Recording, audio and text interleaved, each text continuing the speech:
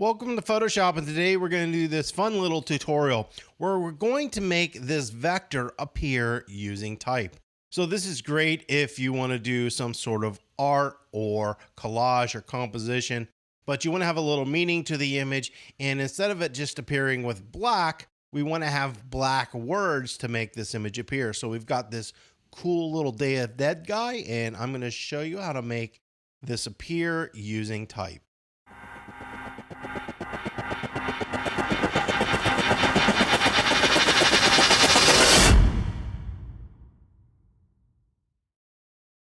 The first thing that we need to do is lay down the type in this image. So what we're going to do is go ahead and click on the text box, and then I'm going to kind of click, hold, and draw a circle. And not a circle, a square. And what this is going to do is create a text box. Normally I wouldn't create a text box, but I need all my type to fit into a certain area.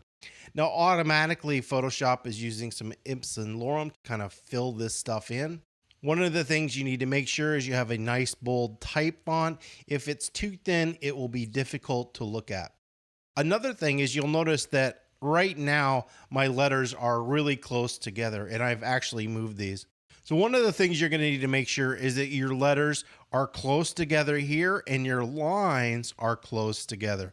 So what we're going to do is go down here to the character box.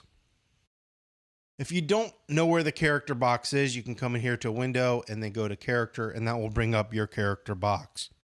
Now, to make these lines closer together this way, we're going to come up here and use our scrubber and just slide to the left. And this is going to push all our letters closer together. So I don't want a lot of line area or negative space in between that. Now, to bring your letters closer together, what you've already done, you're going to come down here to this one. If we move this close to the left, it's going to bring them closer together.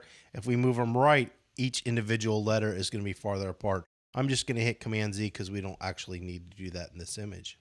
So that looks pretty good. There's a couple areas where it's missed the little things here. I could eventually come in there and fix that. I'm going to make sure that this is bold, and I'm pretty good with that. So we're going to go ahead and click OK and just sort of apply that to the image. Now, right now, the type is white. We're going to come in here and change that. The next thing that we're going to do is actually turn this type off, and I'm going to come down here and select this bottom layer. Now, what we need to do is create a mask for the type. To select all the black areas in the image, it's really easy. You're going to either hold down your Command on a Mac or Control on a PC, and you're going to click on this thumbnail over here in the Layers palette. And when you do that, it's going to select all those black areas. And we're going to come back up here to the T or the type area, and then we're going to use that selection to create a mask. So we're going to come over here and create a mask. And then we are going to turn this bottom layer off, and that's going to hide those black areas of that image below it. So now you can already see it starting to appear. The only issue that we have is that our type is white, so we can go back into our type. We can click on a color, and now we can turn this black, and bam, just like that, we'll hit the move tool. We have made this image appear using type versus the traditional vector. Now, if you need to move your type around because it's not exactly placed how you want it, all you need to do is make sure that you click off this link. So that link needs to be off. That's going to allow you to move the type independently of the mask.